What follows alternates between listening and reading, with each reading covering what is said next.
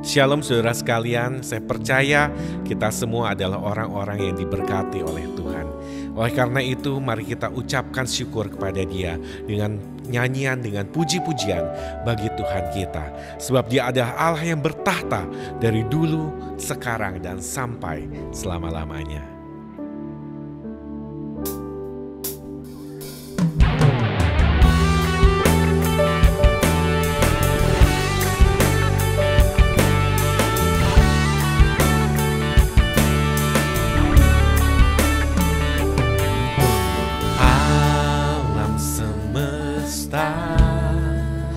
Melukiskan kebesaran Tuhan, bumi dan surga menyanyikan kemuliaan nama-Mu.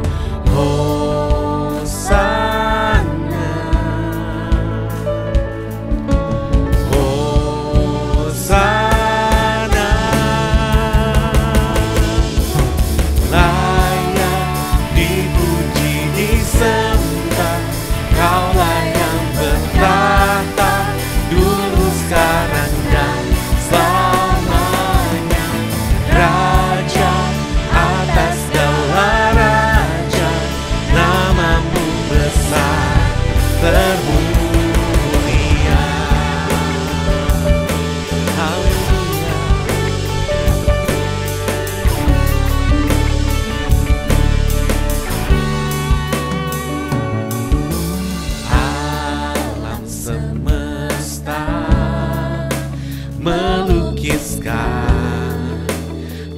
kebesaran Tuhan, bumi dan surga menyanyikan kemuliaan nama-Mu.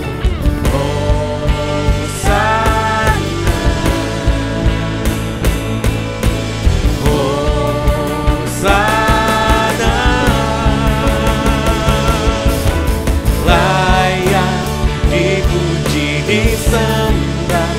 Kaulah yang bertahta dulu, sekarang dan selamanya.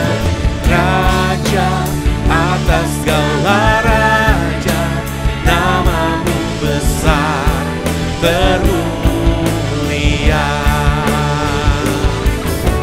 Layak dipuji disembah, Kaulah yang bertahta dulu, sekarang dan selamanya. Raja atas segala raja, nama-Mu besar termulia.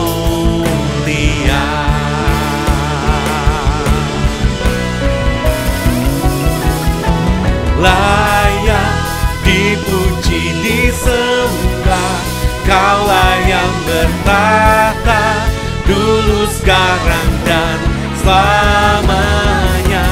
Raja atas segala raja, nama-Mu besar termulia. Nama-Mu besar termulia.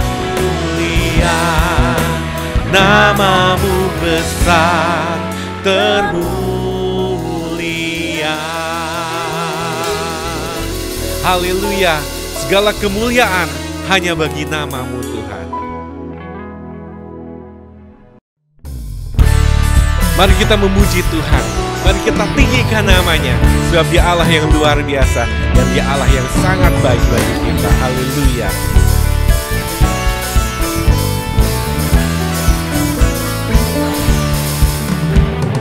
Mari semua nyanyi haleluya, nari dan melompat untuk Raja kita.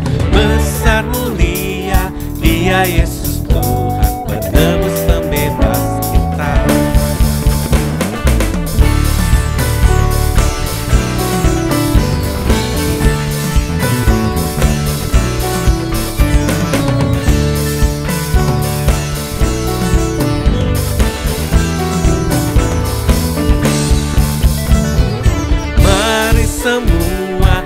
nyanyi haleluya, nari dan melompat untuk Raja kita. Besar mulia Dia Yesus Tuhan, penebus pembebas kita. Haleluya, ku memuji-Mu. Haleluya, aku bebas. Haleluya, sorak haleluya, ku bersuka karena Dia. Oh, haleluya, ku memuji-Mu. Haleluya, aku bebas. Haleluya, sorak haleluya, ku bersuka karena Dia. Oh,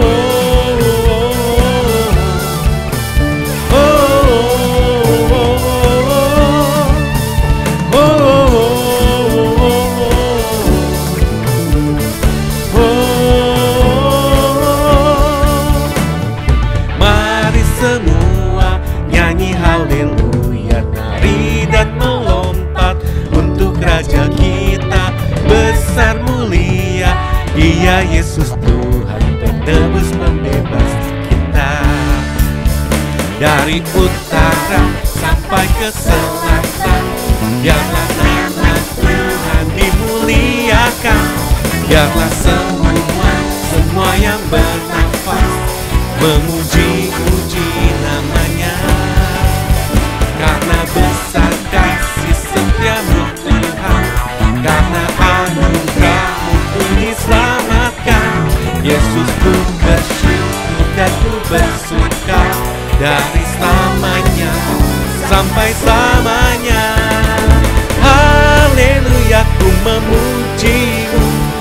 Haleluya, aku bebas. Haleluya, sorak haleluya, ku bersuka karena Dia. Oh, haleluya, ku memuji-Mu. Haleluya, aku bebas. Haleluya, sorak haleluya, ku bersuka karena Dia.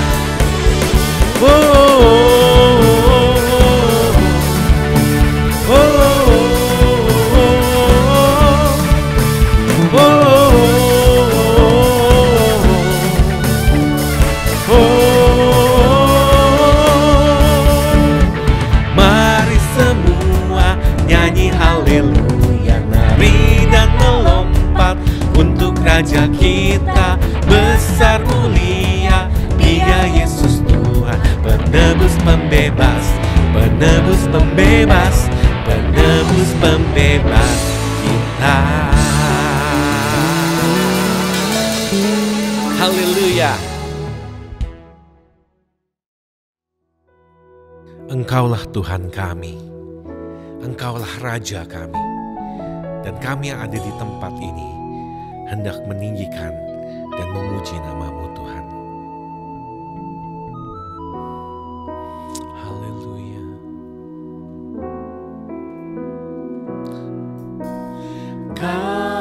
Kaulah Tuhanku, Kaulah Rajaku, Kau yang termulia di bumi dan di surga. Kaulah Tuhan, Kaulah Tuhanku, Kaulah Rajaku, Kau yang termulia di bumi dan di surga. Ku sembah Kau Tuhan, ku sembah Kau Tuhan, ku puji, ku muliakan nama-Mu.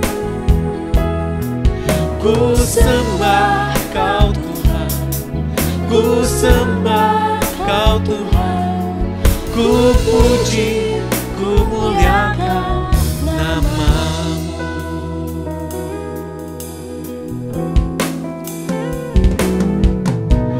Kaulah Tuhanku,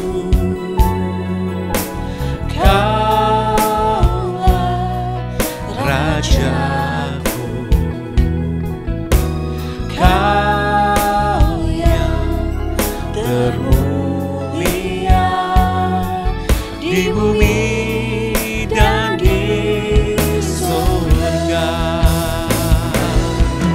Ku sembah Kau Tuhan, ku sembah Kau Tuhan, ku puji, ku muliakan nama-Mu.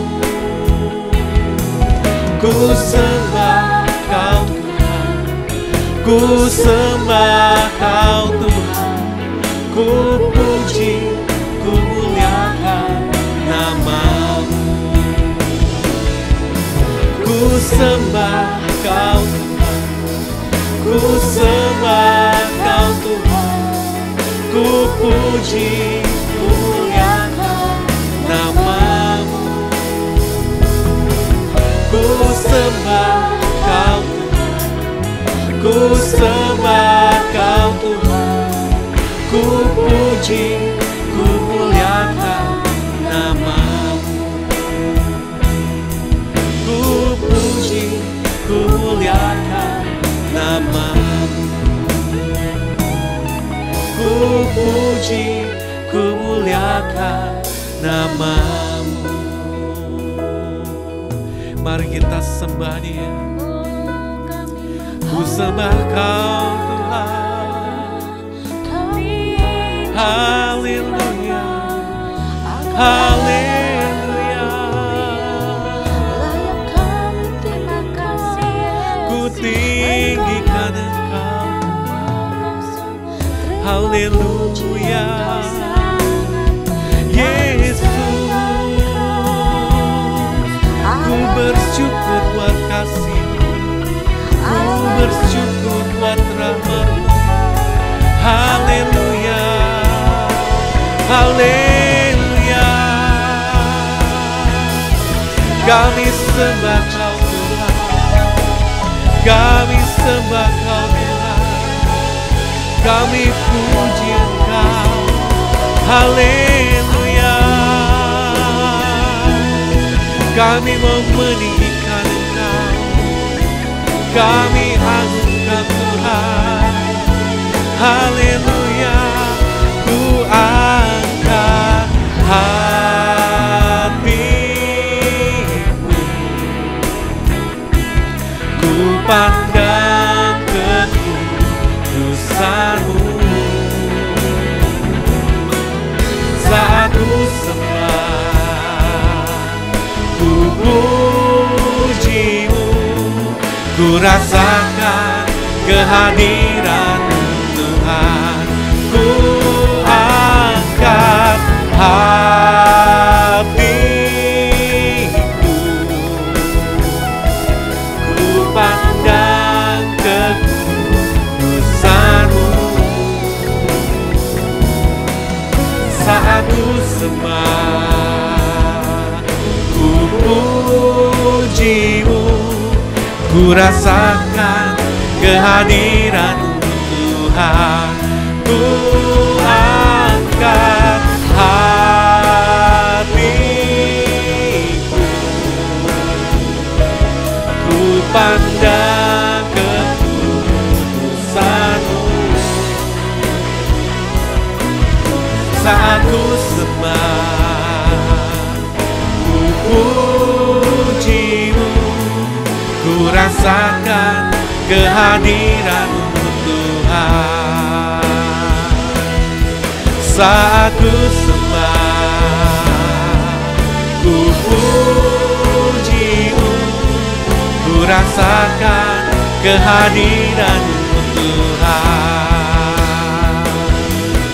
Saat ku sembah, ku puji-Mu, ku rasakan kehadiran-Mu Tuhan. Haleluya.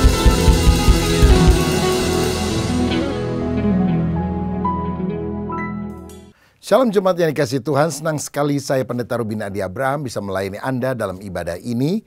Dan hari ini saya akan menyampaikan firman dengan judul Kasih Mula-Mula. Kita akan baca Wahyu 2 ayat 1-7 yang berbunyi demikian. Tuliskanlah kepada malaikat jemaat di Efesus, inilah firman Dia yang memegang ketujuh bintang itu di tangan kanannya dan berjalan di antara ketujuh kaki dian emas itu. Aku tahu segala pekerjaanmu, baik jerih payahmu maupun ketekunanmu. Aku tahu bahwa engkau tidak dapat sabar terhadap orang-orang jahat, bahwa engkau telah mencobai mereka yang menyebut dirinya rasul, tetapi yang sebenarnya tidak demikian, bahwa engkau telah mendapati mereka pendusta, dan engkau tetap sabar dan menderita oleh karena namaku, dan engkau tidak mengenal lelah. Namun demikian aku mencela engkau karena engkau telah meninggalkan kasihmu yang semula. Sebab itu ingatlah betapa dalamnya engkau telah jatuh, bertobatlah, dan lakukanlah lagi apa yang semula engkau lakukan. Jika tidak demikian, aku akan datang kepadamu dan aku akan mengambil kaki dianmu dari tempatnya, jikalau engkau tidak bertobat. Tetapi ini yang ada padamu, yaitu engkau membenci segala perbuatan pengikut-pengikut Nikolaus yang juga aku benci. Siapa bertelinga hendaklah ia mendengarkan apa yang dikatakan Roh kepada jemaat-jemaat. Barang siapa menang, ia akan kuberi makan dari pohon kehidupan yang ada di taman Firdaus Allah. Saudara sekalian, Efesus adalah kota pelabuhan yang pada waktu itu ada sekitar 200.000 orang penduduknya. Efesus adalah kota perdagangan yang sangat maju. Di sana ada kuil Dewi Artemis. Paulus pernah tinggal sekitar 2,5 tahun di kota Efesus, lebih lama daripada tempat lain yang dia kunjungi dalam pelayanan penginjilannya. Efesus ini juga adalah kota di mana Timotius pernah hadir dan melayani. Bahkan Yohanes, Rasul Yesus, itu sampai meninggalnya ada di kota Efesus. Saudara, saya pernah melihat makamnya di Efesus setelah dia kembali dari Patmos dan masih tetap selamat. Dia menghabiskan masa tuanya di sana. Jadi, Efesus ini adalah kota yang memiliki hamba-hamba Tuhan dan pembicara hebat, ya, seperti Paulus, Timotius, Yohanes, dan sebagainya. Tapi ternyata tidak menjamin kerohanian jemaat itu oke. Mengapa? Kalaupun saudara mendengar khotbah yang luar biasa, engkau kenal pendeta ABCD yang dipakai Tuhan, tetap engkau harus memberikan respons secara pribadi. Mesti ada kehausan secara rohani untuk bertumbuh di dalam Tuhan. Nah, saudara, di ayat 1 dikatakan, Tuhan berbicara kepada malaikat jemaat. Malaikat jemaat, kata malaikat berasal dari kata Ibrani malak, artinya pesuruh Tuhan. Berarti malaikat Tuhan yang dimaksudkan di sini bukan angel yang datang dari sorga, tapi pimpinan jemaat yang ada di daerah tersebut. Dalam Wahyu 1 ayat 20 dikatakan, dan rahasia ketujuh bintang yang telah kau lihat pada tangan kananku dan ketujuh kaki dian emas itu. Ketujuh bintang itu ialah malaikat ketujuh jemaat dan ketujuh kaki dian itu ialah ketujuh jemaat. Jadi 7 bintang bicara tentang 7 pimpinan gereja di Asia Kecil yang Tuhan berbicara kepada mereka untuk disampaikan kepada jemaat. Dan 7 kaki dian itu, kaki dian emas, itu bicara tentang 7 jemaat yang juga ada di Asia Kecil. Yesus adalah kepala gereja. Dia melihat, dia mengevaluasi, karena itu dia berkata, aku tahu. Karena tidak ada yang tertutup di mata Tuhan. Nah, sekarang kita akan melihat bagian pertama, yaitu tentang pujian Yesus. Di ayat 2, 3, dan juga ayat 6. Yang pertama, jemaat Efesus ini dipuji Tuhan karena dia giat bekerja untuk Tuhan. Berjerih payah, berjerih lelah, tekun. Dan ini adalah hal yang terpuji.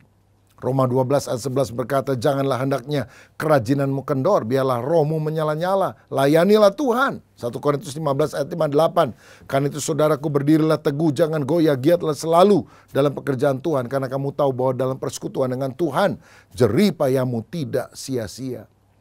Saudara, kalau engkau menjadi pemuji, pendoa, guru sekolah minggu, pelayanan lain apapun, mari lakukan dengan giat, rajin, tekun, karena itulah yang dipuji oleh Tuhan. Jangan jadi sukarelawan yang asal-asalan. Saya kan cuma sukarelawan. Artinya kalau saya suka, saya rela. Kalau saya tidak suka, saya tidak rela. Ini bukan ciri yang disukai Tuhan. Tapi mari kita menjadi orang yang giat melayani. Yang kedua, jemaat Efesus dipuji karena murni dalam pengajaran. Saudara, mereka bisa membedakan mana rasul sejati dan rasul palsu. Sehingga mereka kemudian menolak ajaran Nikolaus. Nikolaus itu adalah salah satu dari 7 diaken yang pernah dipilih untuk melayani jemaat dalam Kisah Para Rasul 6. Tetapi kemudian tampaknya dia punya pandangan yang berbeda dan akhirnya menjadi sekte, aliran sesat. Karena dia menganggap anugerah Tuhan bisa menjadi alasan untuk berdosa. Maksudnya, walaupun kamu berdosa, anugerah Allah cukup bagimu. Jadi kamu tidak akan dihukum oleh Tuhan, kamu tetap akan masuk surga. Rupanya ini adalah cikal bakal dari pengajaran hyper grace yang ada pada zaman modern ini. Nah saudara, saya mau katakan bahwa semua pengajaran harus diuji. Dan kita harus memegang teguh firman sehingga bisa menangkal ajaran sesat. Baca firman setiap hari, ngerti kebenaran firman sehingga saudara tahu bagaimana bisa membedakannya dari ajaran palsu. Di Amerika Serikat ada tim pemberantas uang dolar palsu. Satu kali ada orang tanya, kalau begitu Anda harus meneliti begitu banyak uang dolar palsu ya untuk membedakan dari yang asli. Mereka bilang, nggak perlu. Kami hanya pelajari yang asli. Sehingga begitu kami tahu mana yang asli, kami bisa langsung segera membedakannya dari yang palsu. Saudara, bertekunlah dalam pengajaran murni akan firman. Yang ketiga, jemaat Efesus ini dipuji karena sabar menderita. Mengapa mereka menderita? Karena mereka tidak mau menyembah Kaisar dan juga Dewi Artemis dengan ilmu sihir yang beredar pada kota tersebut. Akibatnya mereka dibenci oleh lingkungan, sulit berjual beli, mereka dikucilkan, tapi mereka tetap setia kepada nama Yesus. Ini suatu yang dahsyat. Jadilah orang Kristen yang setia, senang atau susah. Saudara-saudara, karena itulah yang berkenan kepada Tuhan. Jadi secara objektif, sebelum menegur, Yesus memberikan pujian kepada jemaat Efesus. Nah, secara manusia jemaat ini adalah jemaat yang hebat. Tetapi mata Tuhan ternyata melihat lebih dalam. Ada kekurangan yang sangat fatal yang mereka miliki. Karena itu pada bagian yang kedua saya mau membahas bukan hanya pujian Yesus, tapi celaan Yesus. Namun aku mencela engkau karena engkau telah meninggalkan kasih-Mu yang mula-mula. Kata yang dipakai meninggalkan, bukan kehilangan kasih yang mula-mula. Kalau kehilangan itu mungkin nggak sadar. Tetapi meninggalkan adalah sikap dan tindakan mereka sendiri yang memang meninggalkan persekutuan yang akrab dengan Tuhan. Padahal mestinya kita tidak boleh meninggalkan relasi kita yang berkobar dengan Tuhan. Dalam 1 Tesalonika 1 ayat 3, ini yang Paulus katakan bagaimana jemaat itu harus memiliki 3 unsur ini. Sebab kami selalu mengingat pekerjaan imanmu, kedua usaha kasihmu, dan ketiga ketekunan pengharapanmu kepada Tuhan kita Yesus Kristus di hadapan Allah dan Bapa kita. Saudara, 1 Korintus 13 berkata, tinggal 3 hal ini yang penting, iman, harap, dan kasih. Dan ketiganya itu di jemaat Tesalonika ternyata diwujudkan di dalam tindakan nyata. Sehingga dikatakan pekerjaan iman. Iman yang nyata dalam pekerjaan, dalam perbuatan baik. Pekerjaan yang motivasinya karena beriman kepada Kristus. Usaha kasih. Kasih bukan hanya ada di dalam hati, tapi dinyatakan di dalam usaha yang jelas. Ketekunan pengharapanmu, punya pengharapan, tapi bertekun sampai akhir. Ini adalah hal yang harus kita miliki di dalam kehidupan. Jika tidak, kita meninggalkan semuanya itu, maka parahlah keadaannya. Nah, apa saja ciri-ciri dari orang yang telah kehilangan kasih mula-mula sehingga dicela oleh Yesus? Yang pertama, aktivitas atau kesibukan lebih penting daripada relasi dengan Tuhan. Mungkin kalau kita lihat contohnya di dalam Alkitab adalah Marta yang sangat sibuk melayani.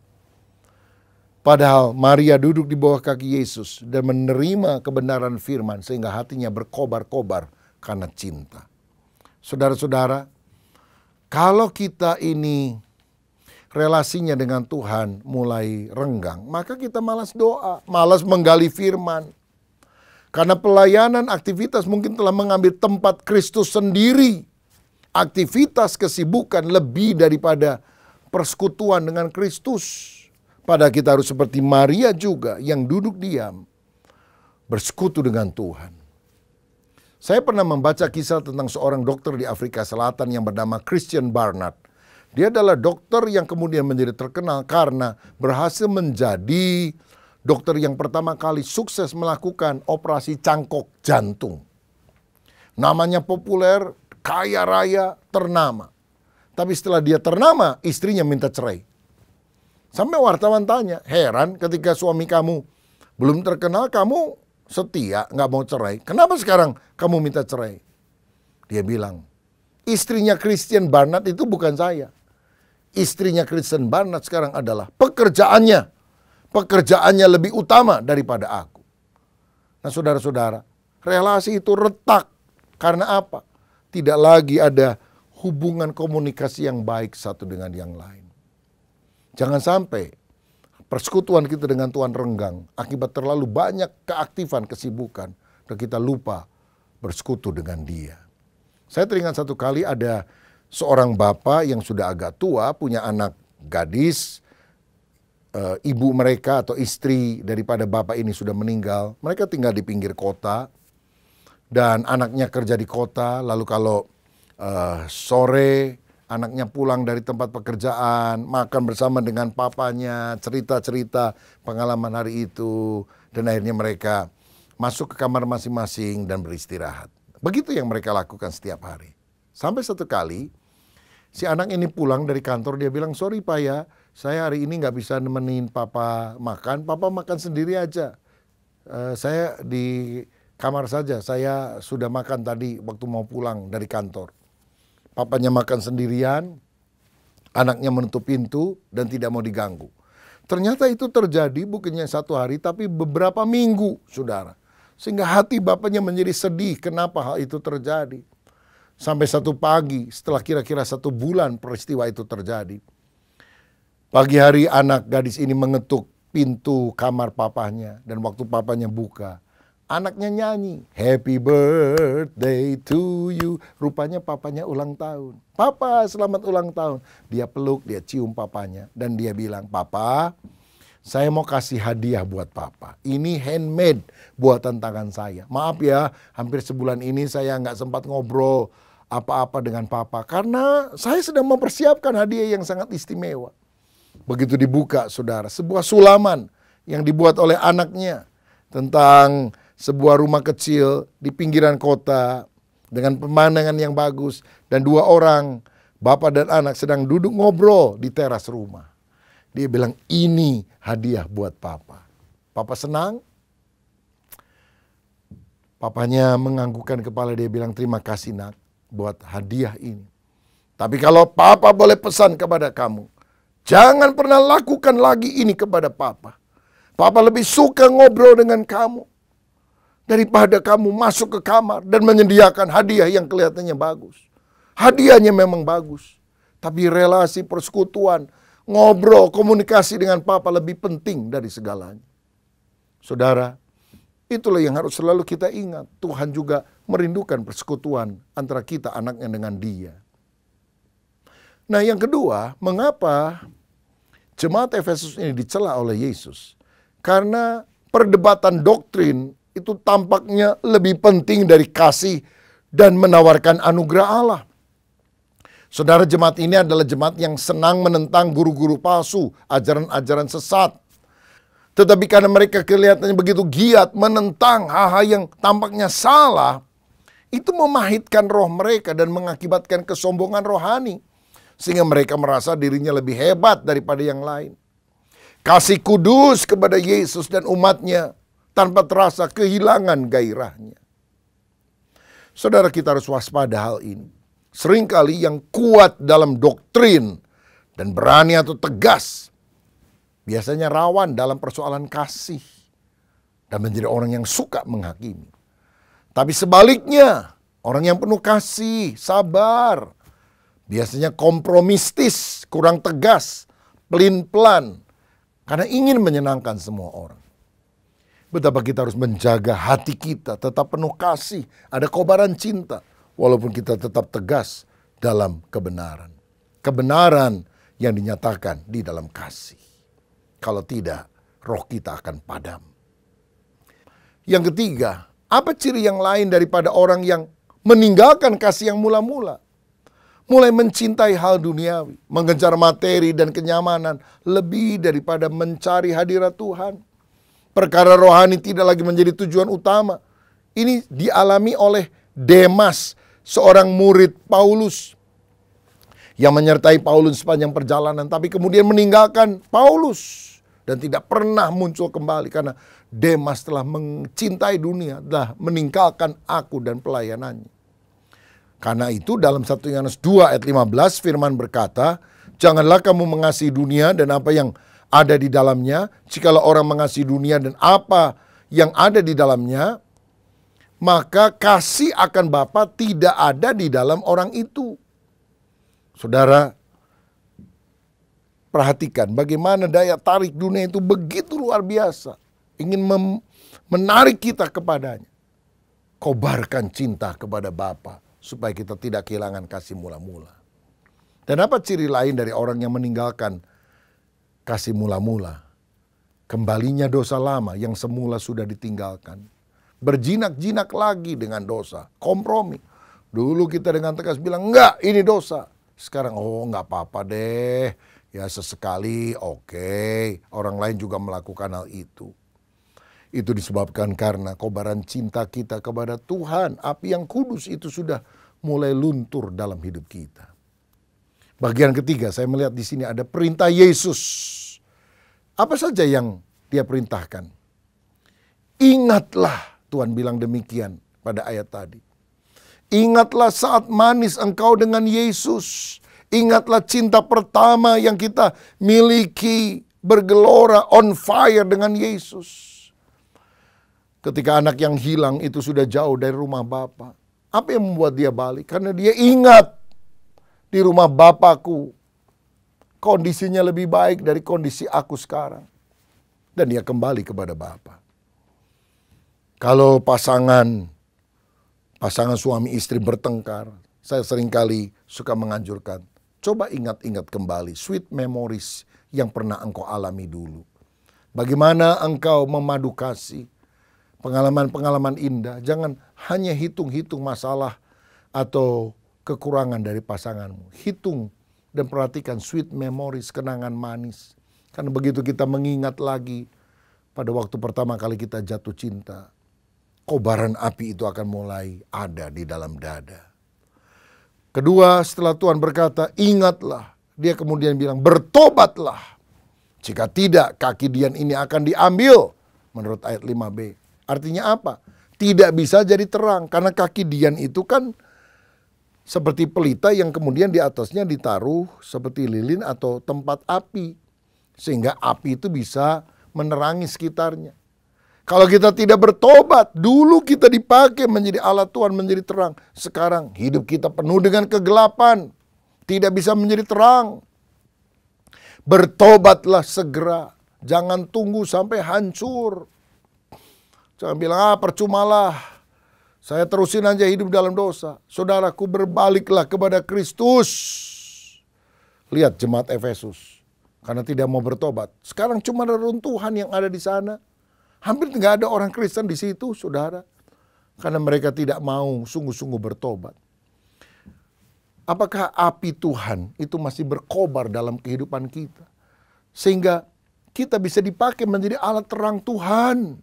Jadi berkat bagi orang lain. Saya ingat satu kali ada seorang penjaga rel kereta api dihadapkan ke pengadilan karena dianggap melakukan kelalaian sampai ada orang yang naik motor ketabrak kereta api. Lalu ditanya, apakah pada waktu kereta api itu lewat, kamu menutup pintu keretanya atau tidak? Dia bilang, memang dari dulu juga nggak ada pintunya, Pak. Oh, kalau gitu kesalahan PJKA dong, bukan kesalahan kamu. Tapi apa yang kamu lakukan? Ya saya keluar dari gardu saya membawa sebuah lentera ya, ada apinya, dan saya mulai goyang-goyangkan lentera itu di tengah jalan supaya kalau ada orang lewat tahu bahwa lentera ini menyala dan kemudian mereka berhenti sehingga kereta tidak akan menabrak mereka. Oh, jadi kamu sudah nyalakan bahkan goyang-goyangkan lentera? Iya, betul Pak Hakim. Akhirnya karena tidak ada bukti dilepaskan. Waktu dalam perjalanan pulang, temennya tanya, kamu kan bener. Kalau kamu bener ngapain kamu ketakutan banget tadi, stres banget. Saya takut ditanyain gini, oke, waktu kamu goyang-goyangkan lentera itu lampunya masih nyala atau tidak? Karena begitu saya kibas sekali, mati itu lampunya. Tapi udah nanggung, saya kibaskan lagi aja. Makanya orang tidak bisa melihat bahwa ada lentera di sana. Nabrak itu orang yang naik motor, matilah dia.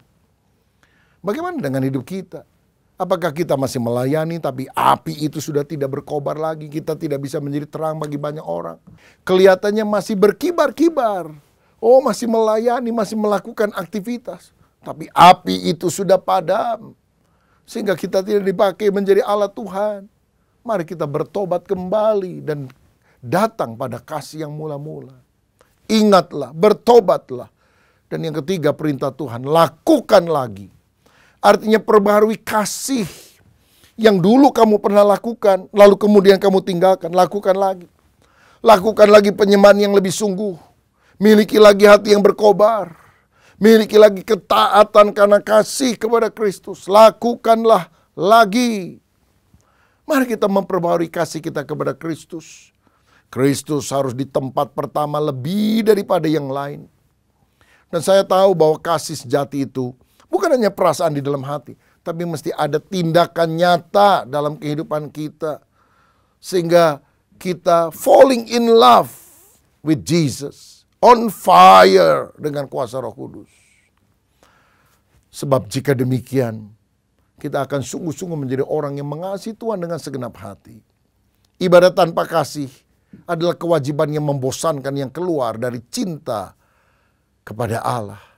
Tapi kalau ada cinta, wah itu suatu yang lain. Mungkin saudara masih menyanyi, masih berbakti, tapi loyo, bosan, tidak semangat, suam, kering, mati. Acara kebaktiannya tetap ada, tanpa makna.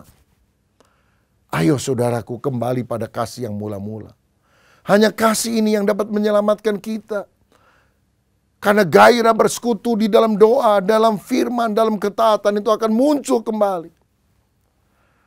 Saya percaya ketaatan adalah batu ujian dari kasih. Orang yang mengasihi aku, mentaati perintahku. Kalau kita sungguh balik pada kasih Allah, maka ketaatan akan kita miliki.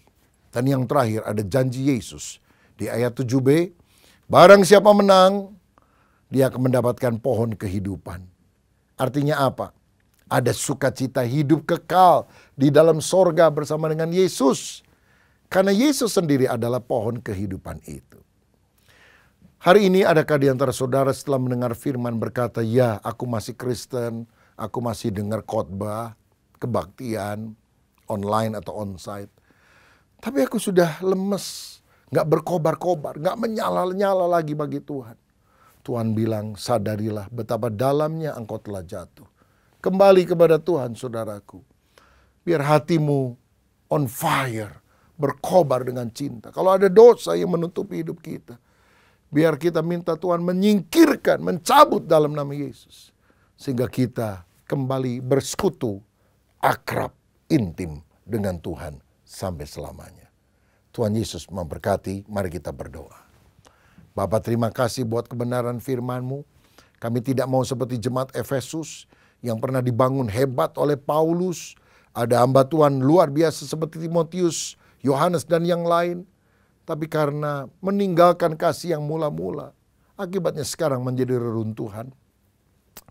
Tapi jadikan kami kaki dian yang terus menyala. Hidup kami menjadi berkat. Tariklah kami mendekat kepadamu. Biar kami berkobar lagi untuk membaca firman, berdoa, menyanyi, memuji Tuhan. Sehingga pelayanan kami juga lahir bukan karena kebiasaan, tapi lahir karena cinta kepada Tuhan. Dengar doa kami ya Tuhan. jamah hati kami, supaya kami menyala-nyala lagi bagi Engkau. Demi nama Yesus kami berdoa dan mengucap syukur. Haleluya. Amin. Salam sehati, Tuhan Yesus memberkati.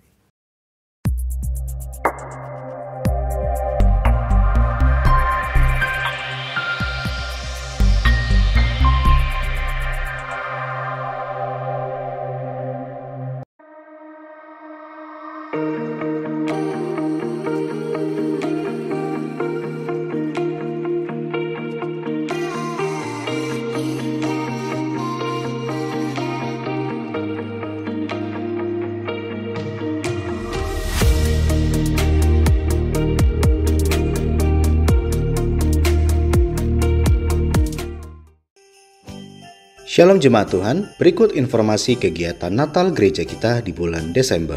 Kami juga mendorong para orang tua untuk membawa anak-anaknya ke Natal Bethel Kids pada hari Minggu tanggal 11 Desember pukul 4 sore di gereja lantai 2. Banyak acara menarik dan tentunya hadiah untuk anak-anak. Hadirilah perayaan Natal umum yang dilaksanakan pada hari Kamis tanggal 15 Desember pukul 7 malam, bertempat di Aula Gedung Lantai 3 John Paul School. Ibadah Natal ini akan dilayani oleh Gembala Sidang, Pendeta Rubin Adi Abraham. Mari ajak kerabat, rekan, dan saudara Anda untuk mengalami lawatan Tuhan di dalam perayaan Natal ini. Buat kalian generasi muda, mari bergabung dalam Christmas Celebration Bethel Youth dan Bethel Teens dengan tema Reborn yang diadakan pada hari Sabtu tanggal 17 Desember pukul 4:30 sore, bertempat di gereja lantai 2, dan ibadah Natal ini akan dilayani oleh Pastor Marsha Manopo. Tuhan Yesus memberkati. Shalom Jemaat Tuhan, sejak berdirinya pada tahun 2011 yang lalu, Tuhan sudah mempercayakan pertumbuhan jiwa-jiwa bagi gereja kita, GBI Bethel Harapan Indah. Gedung gereja yang kita pakai untuk melakukan berbagai macam ibadah seperti ibadah raya, ibadah pemuda dan remaja, serta sekolah minggu semakin terasa sempit dan tidak maksimal untuk digunakan. Meresponi pertumbuhan jiwa-jiwa yang Tuhan percayakan, gereja kita akan mengadakan renovasi untuk memperluas ruangan supaya bisa menampung jiwa-jiwa yang lebih banyak lagi. Karena itu, kami membutuhkan kesehatian dari jemaat sekalian untuk sama-sama mendukung renovasi gereja ini supaya dapat kita gunakan untuk ibadah yang lebih nyaman. Bagi saudara yang terbeban untuk mendukung renovasi ini, dapat memberikan persembahan ke rekening pembangunan Bank BCA nomor 413-3031-360 atas nama Gereja Bethel Indonesia. Firman Tuhan di dalam Galatia pasal ayat 6 ayat kedua mengatakan, "Bertolong-tolonglah menanggung bebanmu, demikianlah kamu memenuhi hukum Kristus." Kita percaya janji Tuhan, ketika ada kesehatian maka berkat Tuhan akan dicurahkan atas kita. Tuhan Yesus memberkati. Shalom saudara, terima kasih sudah beribadah bersama kami di tempat ini. Kami berharap saudara bisa menikmati hadirat Tuhan melalui ibadah ini. Bagi saudara yang baru pertama kali hadir beribadah, kami senang saudara bisa bergabung bersama dengan kami. Ibadah onsite GBI Bethel Harapan Indah diadakan setiap hari Minggu pukul 8.30 dan 10.30 pagi. Ibadah online juga bisa saudara ikuti pada pukul 6 pagi melalui YouTube GBI Bethel Harapan Indah. Kami juga mendorong saudara untuk bertumbuh melalui kegiatan mingguan di gereja ini. Menara Doa Pagi diadakan setiap hari Senin sampai Sabtu pukul 6 pagi melalui aplikasi Zoom. Doa Malam Mujizat diadakan secara onsite setiap hari Kamis minggu kedua, ketiga, dan keempat pukul 19.30 di gereja lantai 2. Konser Doa Malam Mujizat setiap Kamis di minggu terakhir pukul 19.30 waktu Indonesia bagian Barat. Ibadah anak yaitu ibadah Bethel Kids diadakan setiap hari Minggu pukul 8.30 dan 10.30 pagi. Bagi generasi muda, mari ikuti onsite service Bethel Youth dan Bethel Teens yang diadakan setiap hari Sabtu pukul 17.30 atau setengah 6 sore. Bagi saudara kaum dewasa muda, mari ikuti ibadah yang diadakan setiap hari Sabtu pukul 5 sore. Kaum wanita bisa mengikuti Komsel Bethel Women Fellowship setiap hari Sabtu, minggu kedua dan keempat, pukul 11 siang di gereja. Tidak lupa, kami mendorong Anda untuk bertumbuh dalam komunitas dengan bergabung di dalam BICOM, Bethel Community. Kami berdoa, saudara senantiasa bertumbuh dan mengalami pemeliharaan Tuhan. Kami tunggu kedatangan saudara minggu depan. Tuhan Yesus memberkati. Mari angkat kedua tanganmu, siapkan hati dan terimalah berkat dari Tuhan. Tuhan memberkati rumah tanggamu, Tuhan memberkati pekerjaanmu, Tuhan memberkati keuanganmu, Tuhan memberkati kesehatanmu, dan Tuhan memberkati pertumbuhan rohanimu. Sekarang, terimalah berkat daripada Allah Bapa, cinta kasih dalam Tuhan Yesus Kristus, dan melalui persekutuan yang indah dalam kuat kuasa Roh Kudus, tinggal tetap menyertai kita mulai hari ini sampai Maranatha, Yesus Kristus datang pada kali yang kedua, menjemput kita di awan-awan yang permai. Yang percaya dan sudah diberkati Tuhan, mari katakan bersama, amin. Shalom, Tuhan Yesus memberkati kita semuanya. Amin. Kau Allah yang besar, ajaib dan mulia. Kau Yesus yang selalu membuatku terpesona. Segala pujian bagimu ya Tuhan. Hanya Kau yang layak kuangkat. Hanya Kau yang layak kuagungkan. Selamat berhari Minggu, Tuhan Yesus Kristus memberkati kita semua.